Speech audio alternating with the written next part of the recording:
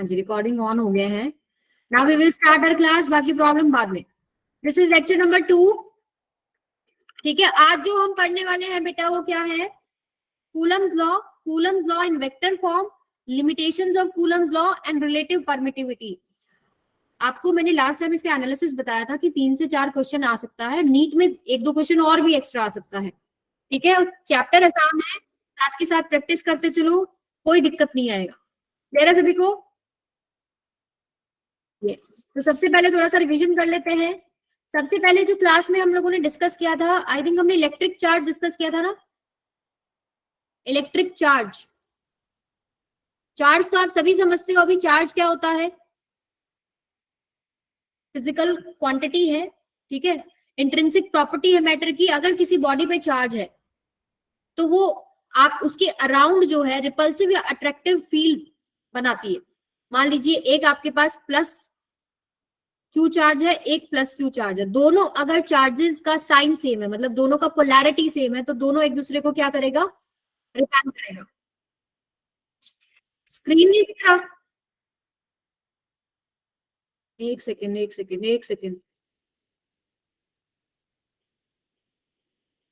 अभी दिख रहा है? अभी दिख रहा होगा ना? हाँ जी, हाँ जी, हाँ जी, अभी ओके। तो electric charge, like charges repel each other. बहुत इजी इजी चीजें हैं ये, आपको पता ही होंगी।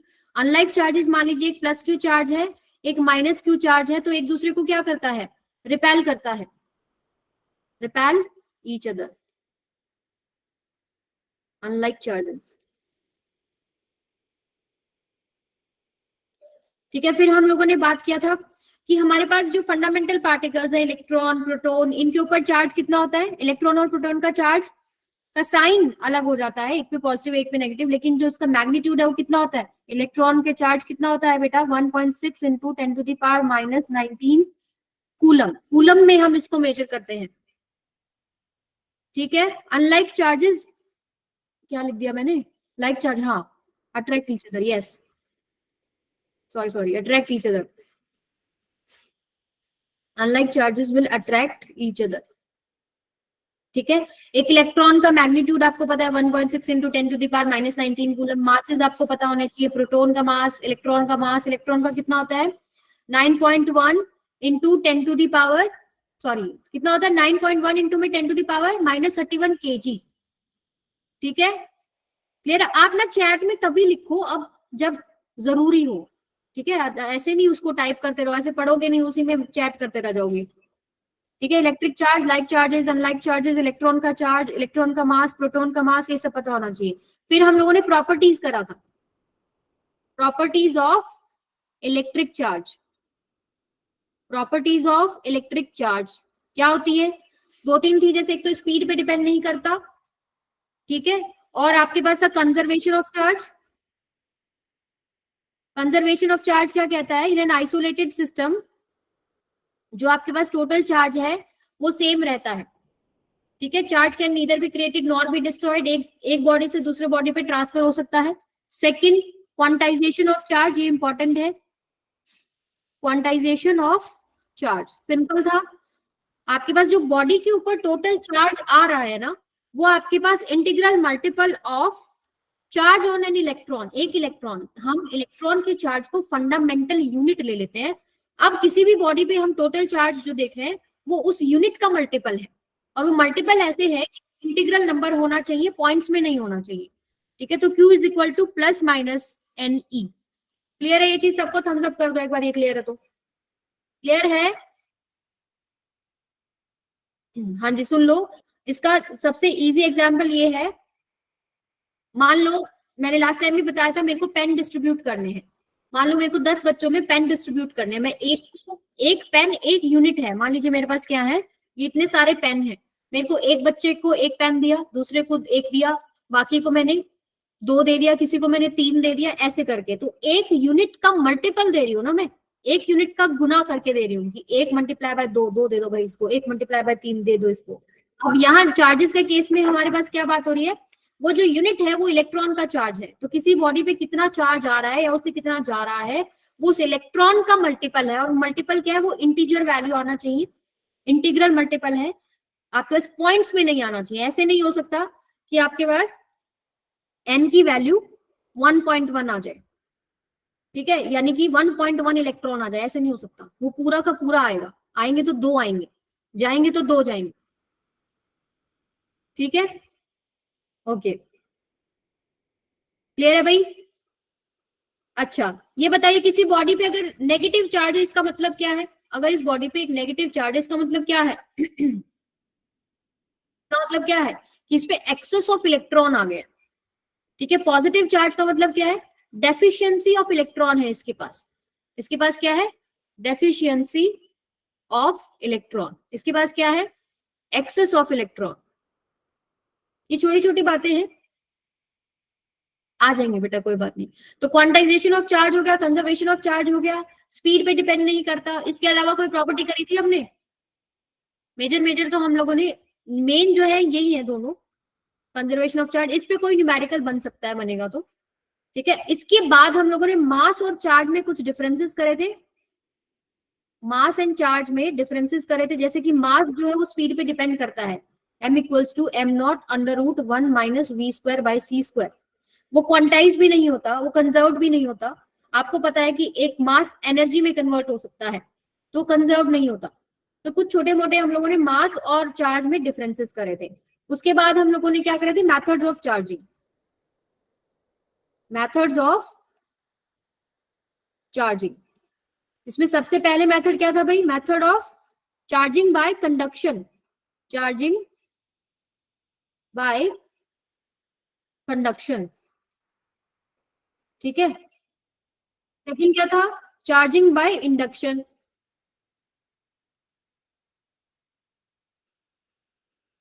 इंडक्शन। थर्ड क्या था, चार्जिंग बाय,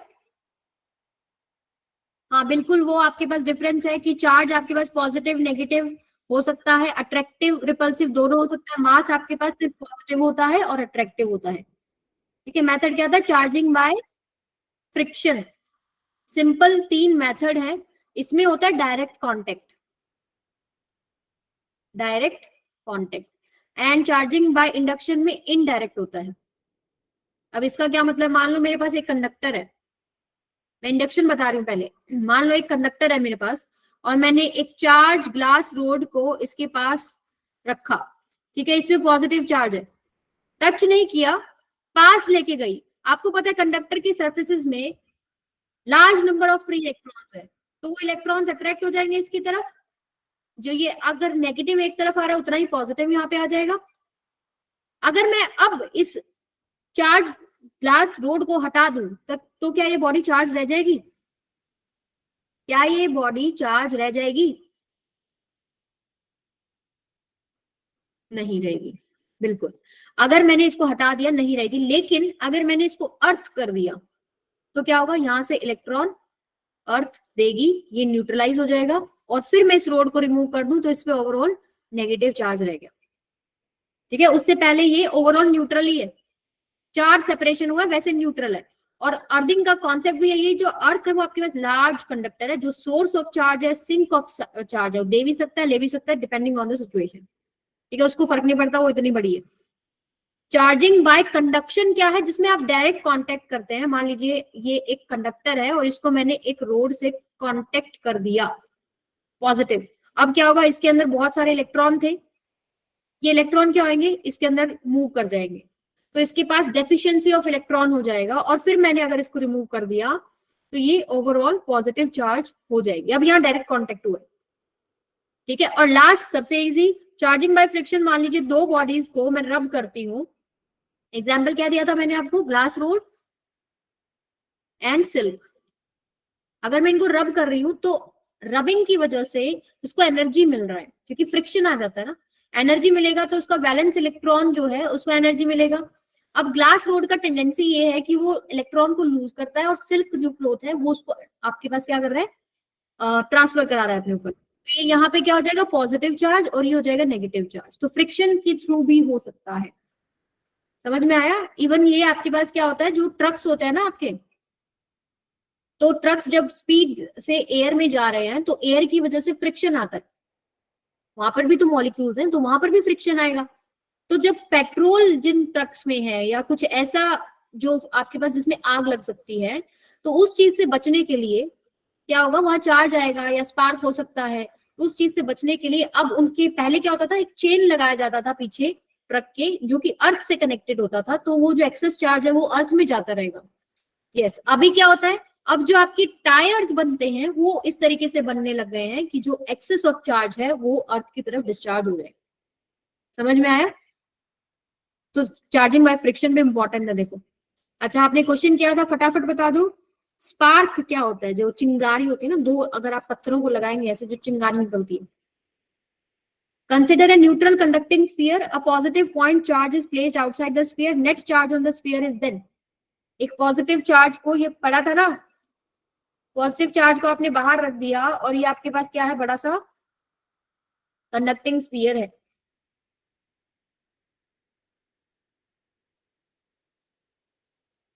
तो क्या होगा, इंडक्शन की वजह से इधर नेगेटिव नेगेटिव, इधर पॉजिटिव पॉजिटिव, पर क्या इन्होंने अर्थिंग वगैरह कुछ किया है? नहीं किया। तो आंसर क्या है, ओवरऑल चार्ज तो जीरो ही रहेगा ना। क्लियर सबको? तो ये था बेटा लास्ट में जो हम लोगों ने करा था, पूरा चैप्टर का मैंने ओवरव्यू दे दिया है। Now we will start. Coulomb's law क्या होता है? कूलम्स लॉ क्या होता है? किसी को पता है कूलम्स लॉ क्या होता है? अब इतना बड़ा टाइप नहीं करना, मैं ही बता देती हूँ। कूलम जी ने बहुत सारे एक्सपेरिमेंट किए। अभी हमने देखा कि पॉजिटिव पॉजिटिव रिपेल करता है, नेगेटिव नेगेटिव रिपेल करता है, अनलाइक जो चार्जेस है वो अट्रैक्ट करता है। तो एक्सटेंट क्या है, कितना फोर्स अट्रैक्ट कर रहा है, कितना फोर्स से रिपेल कर रहा है, कुछ चीजें तो होंगे ना जिसपे फोर्स डिपेंड कर रहा है।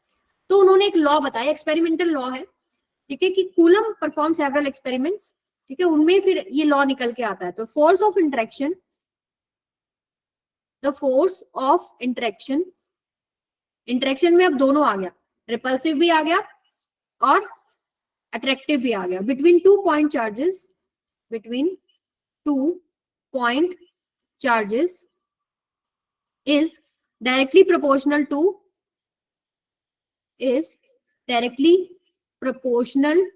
to the product of charges and inversely proportional to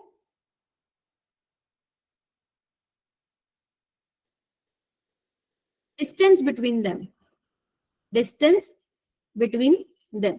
अब देखो इसका मतलब क्या है, फोर्स ऑफ इंटरेक्शन एफ से रिप्रेजेंट कर लेते हैं। मान लो ये एक पॉइंट चार्ज है, ये एक पॉइंट चार्ज है, सेंटर टू सेंटर डिस्टेंस है, ये distance between the two charges is from centre to centre, ठीक है, ये आर हो गया मान लो।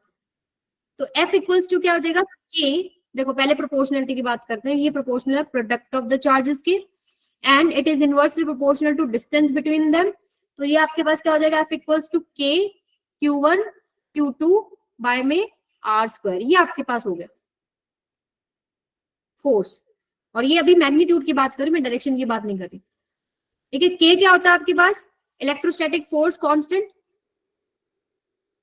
इलेक्ट्रोस्टैटिक फोर्स कांस्टेंट, ठीक है। अब के का वैल्यू मटेरियल पे डिपेंड करता है कि ये चार्जेस किस मटेरियल में रखे हैं, उसके हिसाब से जो है उनके बीच का फोर्स पे असर आएगा, ठीक है। मान लीजिए वैक्यूम एंड एयर में अगर रखा है तो के का वैल्यू होता है क्या, 1/4 पाई एप्सिलॉन नॉट। 1/4 पाई तो कांस्टेंट है।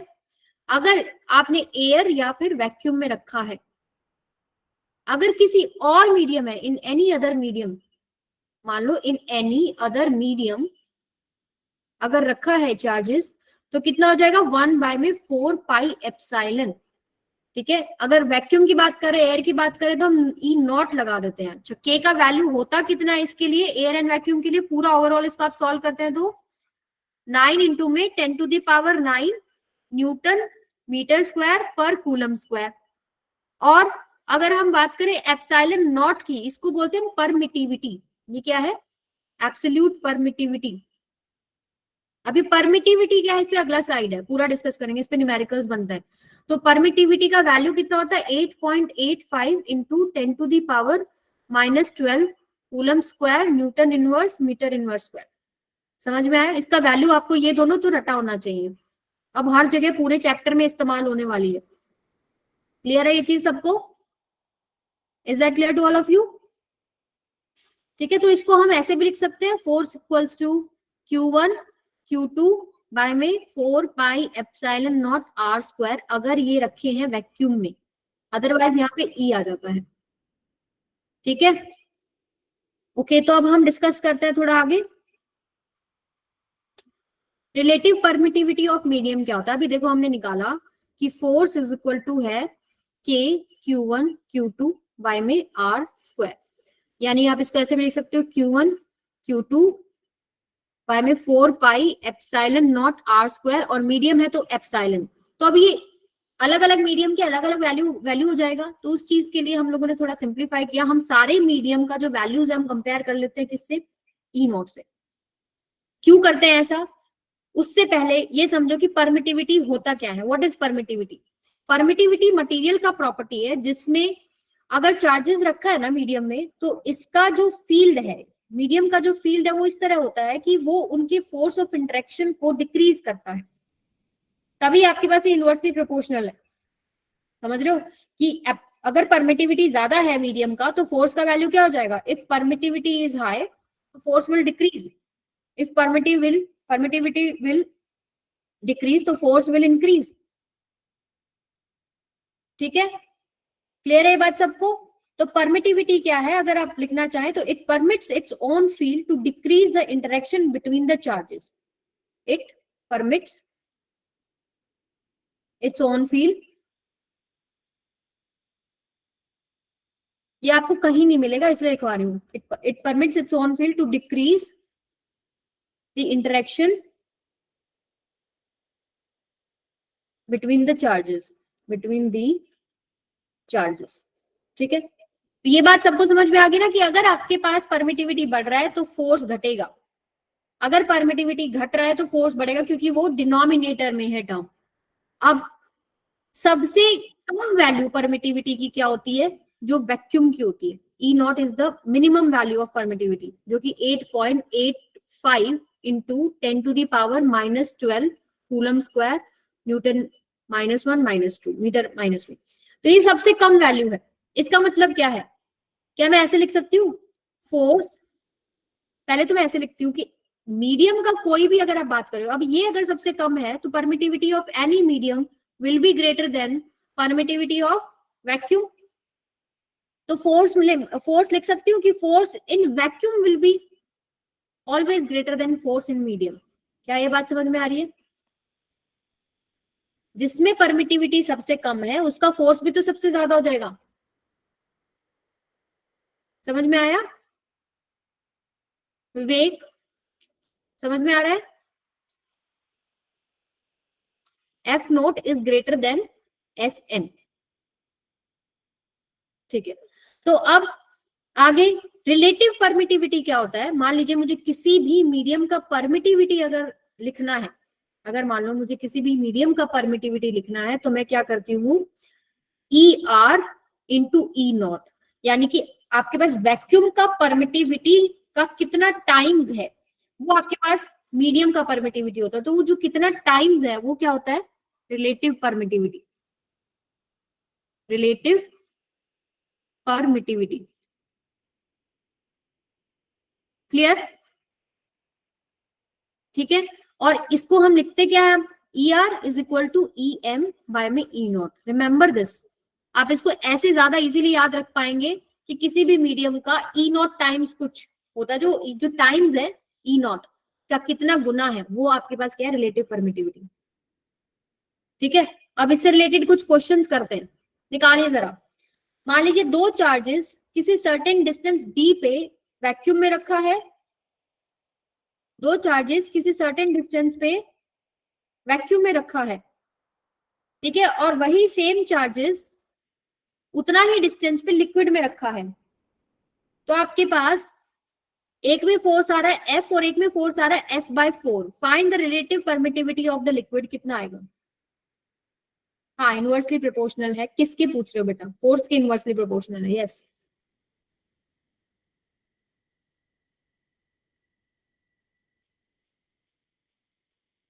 बताओ, मान लो दो चार्जेस डी डिस्टेंस पे वैक्यूम में रखा है, सबके मैसेजेस कैसे बंद हो गए अभी? 1.2 करा दीजिए इंडेक्स का, पहले ये तो कर लो। दो चार्जेस वैक्यूम में रखे हैं, ठीक है, उनके बीच में फोर्स आया F। दो वही चार्जेस सेम डिस्टेंस पे अगर लिक्विड में रखा है तो उनके बीच में फोर्स आया F/4। Find relative permittivity of liquid. 4, definitely 4। 4 is the answer. Answer कितना है? 4। देखो समझो, फोर्स क्या था? Q1 Q2 by 4 pi epsilon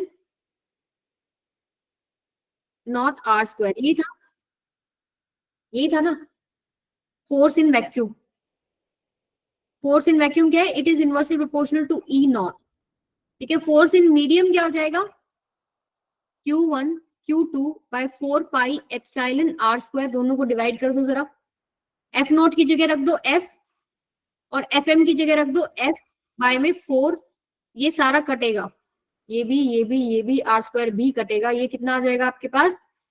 E of medium by E not. F से F कटेगा, ये क्या आ जाएगा आपके पास? F4 equals to EM by में E not and EM by E not is ER। इसको डायरेक्ट कर सकते थे, ये तो चलो मैंने आपको सॉल्व करके बता दिया, क्योंकि यहां तो ठीक है चल जाता डायरेक्ट, लेकिन अगले क्वेश्चन में नहीं चलता। जैसे डायरेक्ट कैसे कर सकते थे? देखो F inversely proportional to E है ना, तो जितना फैक्टर से E आपके पास आया, मतलब मान लो E आपके पास आया 2 गुना, तो फोर्स 2 गुना कम हो जाएगा। देखो फोर्स अगर आपके पास 4 गुना कम हो रहा है ना, तो इसका मतलब उसका परमिटिविटी 4 गुना बढ़ गया है। समझ रहे हो? एक नीचे कितना टाइम बढ़ा है उतना ही तो फोर्स घट जाएगा ना। तो इसको आप डायरेक्ट देख के बता सकते थे कि 4 होगा मैम, लेकिन ये केस तब पॉसिबल है जब आपने दोनों को सेम डिस्टेंस पे रखा हुआ है और सेम चार्जेस है। अब जैसे नेक्स्ट क्वेश्चन है, अगर यही सेम चार्जेस एक बार डी डिस्टेंस पे रखे इन वैक्यूम, इनके बीच में फोर्स कितना है? F। ठीक है, फिर ये दोनों चार्जेस D/2 डिस्टेंस पे रखा है इन ऑयल, तो उसके बीच में फोर्स क्या? F/2। अब यहाँ पर आप नहीं बोल सकते कि 2 है परमिटिविटी, क्योंकि डिस्टेंस बदल गया। ठीक है, परमिटिविटी कितना गुना बढ़ा उतना ही गुना जो है फोर्स घट जाएगा, क्योंकि फोर्स क्या है? Q1 Q2 बाय में 4 पाई एप्सिलॉन R स्क्वायर। मान लो मीडियम है, ऑयल में रखा और परमिटिविटी जो है आपका 2 गुना बढ़ गया। ये जो मीडियम है, मीडियम में क्या है? ट्वाइस ऑफ E नॉट आ गया। अगर ये करोगे तो क्या हो जाएगा? ये फोर्स आपके पास क्या हो जाएगा? 1/2, ओरिजिनल का 1/2 ऐसे। Yes, answer will be 8 definitely.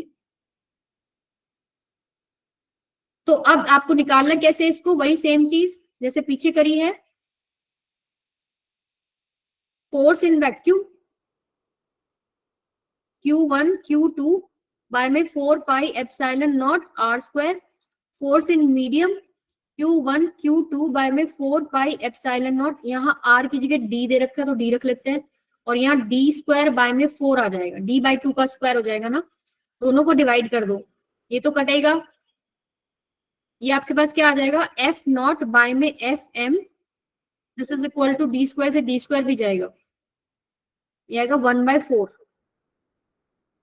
ठीक है, क्योंकि यहाँ ऑलरेडी ये नीचे है ना, ये 4 इधर आ जाएगा। अब F नॉट कितना दे रखा है? F, और FM कितना दे रखा है? F/2। तो क्या हो जाएगा आपके पास? एक चीज और आएगी, भूल गए ना, ये EM है और ये E नॉट है, तो ये E नॉट इंटू EM ऐसे आएगा। तो ये आपके पास क्या हो जाएगा? इज इक्वल टू कितना हो गया? 2। यही आएगा ना, F/2, तो ये 2 चला जाएगा ऊपर। ओके, ये आएगा EM और ये आएगा E नॉट। Corrected please. वो आप काटोगे ना, खुद देखोगे तो समझ में आ जाएगा, उसमें कोई दिक्कत नहीं है। यहाँ पर आपके पास क्या आएगा? EM और यहाँ पे आएगा E not, this is equal to 2 and EM by E not क्या होता है? ER, यानी ER इज इक्वल टू कितना आ गया? 8। आए समझ में? ठीक है, मिल जाएगी क्लास रिकॉर्डिंग की चिंता नहीं करो। चलो ये क्वेश्चन करो। 2 charges each equal to 2 microcoulomb are 0.5 meter apart if both of them exist inside vacuum then the force between them. very easy question. 1 minute के अंदर अंदर सभी का जवाब चाहिए मुझे. एवरीबडी 160 स्टूडेंट्स हैं, फटाफट जवाब दे दो. ये देखो मनविंदर ने कर दिया है, खुशबू ने कर दिया है.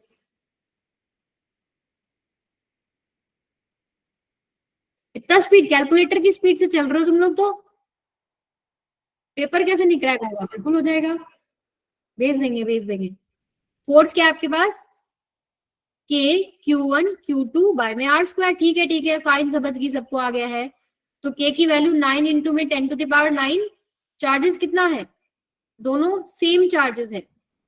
2 इंटू में 10 टू द पावर -6 इंटू में 2 इंटू 10 टू द पावर -6 कर दो, डिवाइडेड बाय में आर का स्क्वायर यानी 0.5 का स्क्वायर. मैं इसको सिंप्लीफाई करने के लिए इसको 1/2 का स्क्वायर कर लेती हूँ. मैं इसको 0.5 नहीं लिखना चाहती, 0.25 कर लो. चाहे 0.25 फिर आप 100/25 करोगे तो ऊपर 4 आ जाएगा. कर लो, कोई दिक्कत नहीं है. तो आपके पास ये आएगा 144 इंटू में 10 टू द पावर -3 न्यूटन. ये आ जाएगा 0.144 न्यूटन. क्लियर है सबको? Is that clear to all of you? चलिए ये कीजिए फिर. 2 चार्जेस ऑफ, देखो धीरे धीरे क्वेश्चन का लेवल बढ़ेगा. आखिरी तक टिक गए तो समझ लो समझ आ गया सारा.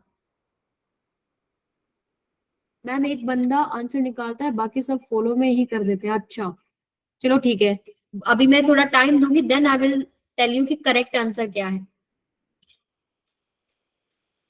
ठीक है, आप लोगों के ना ऐसे करते हैं कि आप आंसर जो आप दे रहे हो रिकॉर्ड करने लग जाते हैं. इन दी एंड कुछ महीनों बाद जिसके ज्यादा आंसर्स होंगे ना उनको फिर गिफ्ट देते हैं. अच्छा ठीक है बेटा, पोल में डालेंगे, थोड़ा सा टाइम दो. पोल भी आएंगे, बहुत सारे पोल्स आएंगे. पोल में एक्चुअली क्या होता है, टाइम ज्यादा लग जाता है, कई बार 10 से 15 मिनट लग जाता है बच्चों के आंसर्स रिपोर्ट करने में. F/16, बहुत सही भाई. 2 charges of equal magnitude and at a distance r exert force F on each other if the charges are half. मान ली इनिशियली F0 है, ठीक है. K Q1 Q2, मान लो डिस्टेंस कितने R स्क्वायर. अच्छा F0 नहीं, F बोला ना तो F ही ले लेते हैं हम, हमको कोई प्रॉब्लम नहीं है, जो बोला है हम तो वही ले लेंगे. ले लिया. अब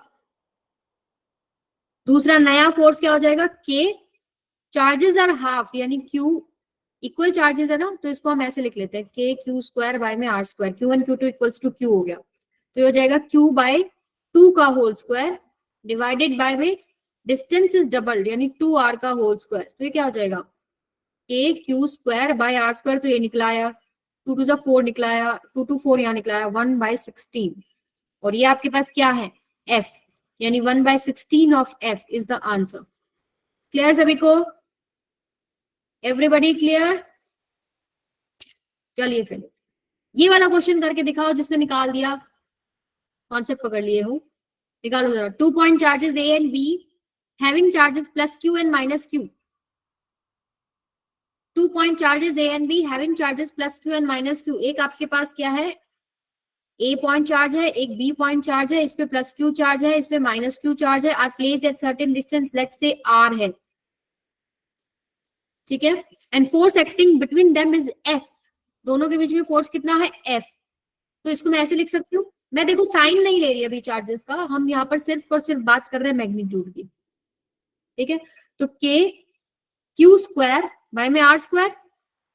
अगर 25% चार्ज A का ट्रांसफर कर दिया B को, A का 25% B को ट्रांसफर कर दिया है, then force between the charge become, बताओ A पे चार्ज कितना आएगा ट्रांसफर करने के बाद? A पर कितना चार्ज आएगा ट्रांसफर करने के बाद? 25% ट्रांसफर कर दिया तो कितना चार्ज आएगा? वैल्यू लिखो, ऐसे नहीं, आंसर नहीं बताओ मुझे, वैल्यू बताओ कि A पर कितना आया.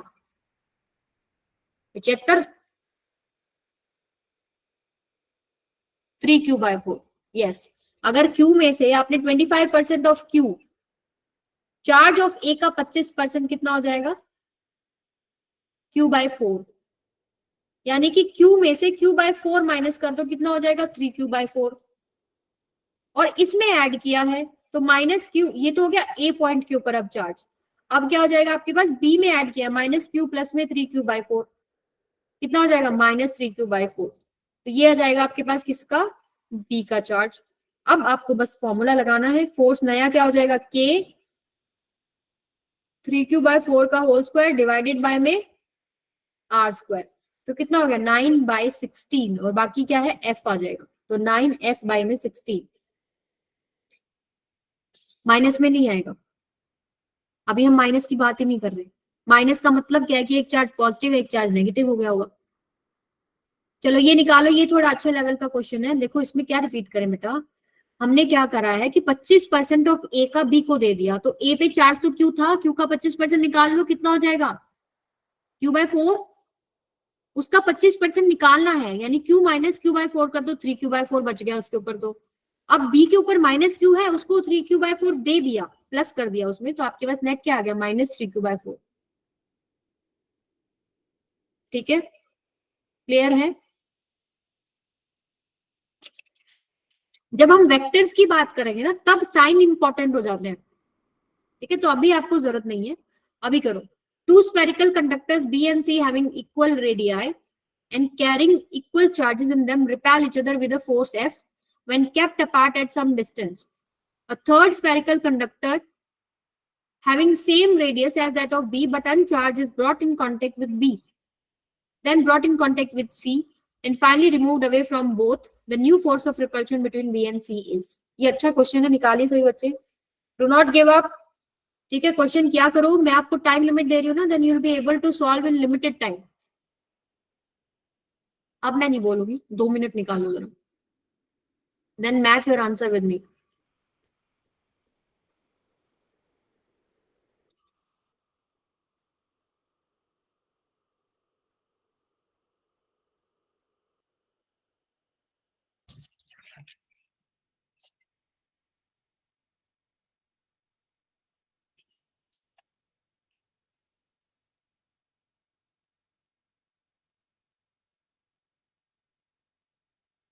क्वेश्चन ही समझ में आया। देखो दो कंडक्टर है, एक बी कंडक्टर है, एक सी कंडक्टर है, हैविंग इक्वल रेडियस, दोनों का रेडियस भी सेम है, यानी दोनों आइडेंटिकल बॉडीज होगी, स्फीयर है ऊपर से, दोनों रिपेल कर रहे हैं, मतलब दोनों पे चार्ज सेम है। लेट्स से इस पे भी क्यू है, इस पे भी क्यू है, दोनों के बीच में फोर्स एफ है। फोर्स क्या हो जाएगा k q² / मान लो ये डिस्टेंस r², है ये इसका ओरिजिनल फोर्स होगा सेंटर टू सेंटर। ठीक है, देन ब्रॉट, अच्छा उसके बाद क्या है, a third spherical conductor having same radius as that of B. एक तीसरा कंडक्टर उठाया, पता नहीं इनको क्या रिक्वायरमेंट थी ऐसी, तीसरा कंडक्टर उठाया और इसका भी रेडियस सेम है, यानी कि ये तीनों बॉडीज आइडेंटिकल है। इसने बोला क्या है कि जो थर्ड कंडक्टर है उसका सेम है बी जितना रेडियस है, और बी का ऑलरेडी सी के इक्वल बोल रखा है, तो तीनों आइडेंटिकल हो गई। पहले इसको इसके साथ टच किया, फिर क्या होगा, चार्ज डिस्ट्रीब्यूशन होगा, चार्ज बदल जाएंगे इनके ऊपर, और फिर इसको इसके साथ टच किया, तो आपको इस पे टच किया तो एक आंसर निकालना है कि इस पे कितना चार्ज होगा, फिर इस पे कितना आएगा, फिर आपको इसको टच करना है तो बताना इस पे कितना चार्ज आएगा, देन यू विल सॉल्व कि कितना आपके पास फोर्स ऑफ रिपल्शन होगा, क्योंकि दोनों चार्जेस इक्वल है ना। दो कंडक्टर, दोनों पे इक्वल चार्ज, दोनों का रेडियस सेम, आइडेंटिकल बॉडीज हो गई। थर्ड कंडक्टर भी सेम रेडियस का है, तीनों बॉडीज आइडेंटिकल होगी। तो आपको लास्ट क्लास में मैंने बताया था कि अगर आइडेंटिकल बॉडीज हैं और वो कांटेक्ट में आई, कंडक्टर्स है ना, तो चार्ज आपका आधा आधा डिस्ट्रीब्यूट हो जाएगा, जितना भी इनका टोटल बनता है उसका आधा आधा कर दो। अब अगर इसके ऊपर क्यू है, इसके ऊपर 0 है क्योंकि ये तो न्यूट्रल है, जैसे ही आप इसको टच करोगे तो 0 प्लस में q/2 हो जाएगा। कितना हो जाएगा ईच स्फीयर के ऊपर, इसके ऊपर भी q/2 आ जाएगा और इसके ऊपर भी q/2 आ जाएगा, राइट। अब इसके ऊपर q/2 है, फिर इसको टच किया है c के साथ, अब q/2 इसके ऊपर है, इसके ऊपर कितना था q, टोटल चार्ज कितना हो जाएगा q प्लस में q/2/2, कितना हो गया ये 3q/4। ईच स्फीयर के ऊपर कितना आ जाएगा। अब इसके ऊपर जब आप इसको टच करेंगे ना, तो इसके ऊपर कितना रहेगा 3q/4 और इसके ऊपर कितना रह जाएगा 3q/4। तो दो चार्जेस आ गए ना अब इनके बीच में। अब फोर्स निकाल लो, नया कितना हो जाएगा k q/2 into 3q/4 divided by में डिस्टेंस तो सेम ही है r², कितना हो गया 3 बाय में, सॉरी 9 बाय में नहीं 3 बाय में 3 आएगा ना, चश्मा लग गया मुझे भी। 3 बाय में 8 K Q square by R square, और ये तो जानी पहचानी शक्ल लग रही है कुछ, यही तो है फोर्स। तो क्या हो जाएगा ये 3 बाय में 8 एफ, ये नया फोर्स हो गया। Answer will be D. नहीं मेरी आइज बिल्कुल सही है, 6/6 है। और आप लोग भी अपने डाइट पे ध्यान दिया करो, आगे बहुत पढ़ाई करनी है, साइड भी ऐसा लिया है। ठीक है, देखो ये आपके पास दो कंडक्टर, लास्ट टाइम रिपीट कर रही हूँ, उसके बाद नहीं करूंगी, सुन लो अभी ध्यान से। ये आपके पास रेडियस आर का एक कंडक्टर है, ये एक रेडियस आर का कंडक्टर है, दोनों पे सेम चार्ज है, मान लिया क्यू क्यू है, एक पे क्यू है दूसरे पे भी क्यू है। फिर तीसरा कंडक्टर उठाया गया, उसपे 0 चार्ज है, पहले उसको इस बी वाले कंडक्टर के साथ टच किया गया, दोनों आइडेंटिकल हैं, दोनों का सेम साइज है, सेम रेडियस है, तो बी के ऊपर चार्ज Q/2 था और इसके ऊपर 0 था। सी वाले पे जो ये आप टच कर रहे हो ना, इसके ऊपर 0 था, इसके ऊपर Q/2 था। अब क्या हो, क्यू था सॉरी, इसके ऊपर क्यू था, इसके ऊपर 0 था। ठीक है, अब वो जो क्यू चार्ज है वो दोनों पे आधा आधा बढ़ जाएगा, आधा आधा बढ़ने की वजह से क्या होगा, इस पे Q/2 चार्ज आ जाएगा और इस पे भी Q/2 चार्ज आ जाएगा। टोटल कितना है Q, तो आधा आधा बढ़ गया। अब इसको इससे टच किया, इस पे पहले कितना है Q, जैसे ही टच करोगे टोटल चार्ज कितना हो गया Q/2 प्लस Q, उसको आधा आधा बांटना है हमको, डिवाइड बाय 2 कर दो, आधा उसको दे दो आधा उसको दे दो। जैसे ही आधा किया, इसका 3Q/4, इसके ऊपर भी 3Q/4 बच जाएगा, पर इसका रिक्वायरमेंट ही नहीं है तो हमने हटा देना है। अब इन दोनों पे चार्जेस नए क्या है, एक पे Q/2 एक पे 3Q/4, दोनों के लिए फोर्स का फॉर्मूला लगा दो बस। हाँ जी, मेरी आवाज सभी बच्चों को सही नहीं आ रही या सिर्फ टीना को प्रॉब्लम आ रहा है? चलिए, Coulomb's law in vector form आज ही करना है, करा दूं? 10 मिनट लगेंगे इस क्वेश्चन में, आज नहीं करना?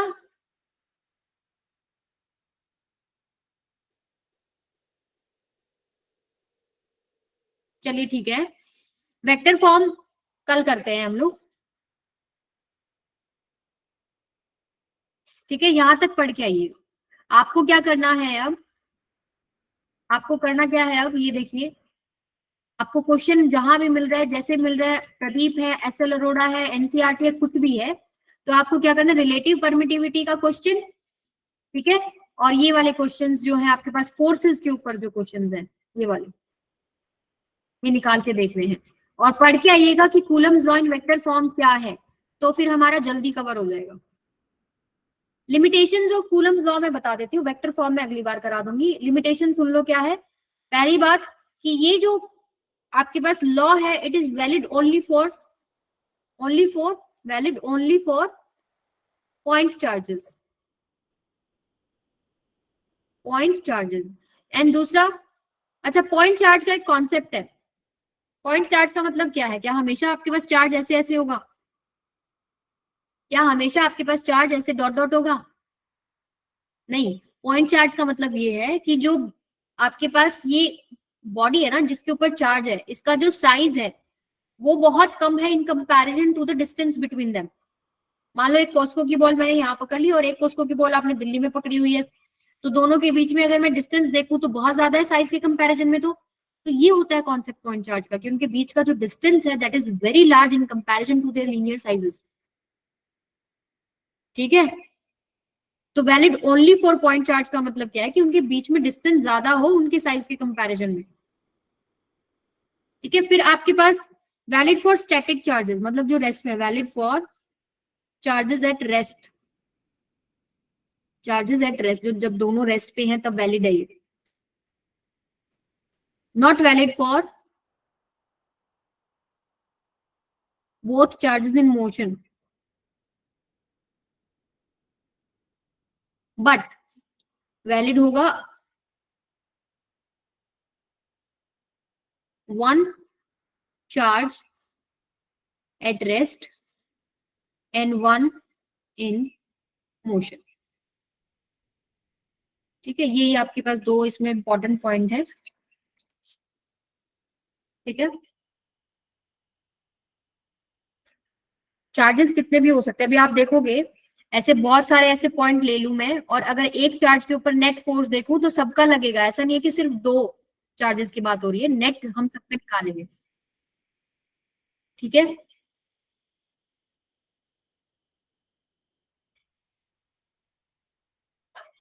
ओके, तो यहां तक आप लोग ट्राई करें, एंड करते हैं शो को, एंड एनोटेशंस हम रख लेते हैं, keep it and we will save it. Superposition principle next class में, फोर्स से रिलेटेड अब जितना भी रह गया ना वो हम नेक्स्ट क्लास में डिस्कस करेंगे।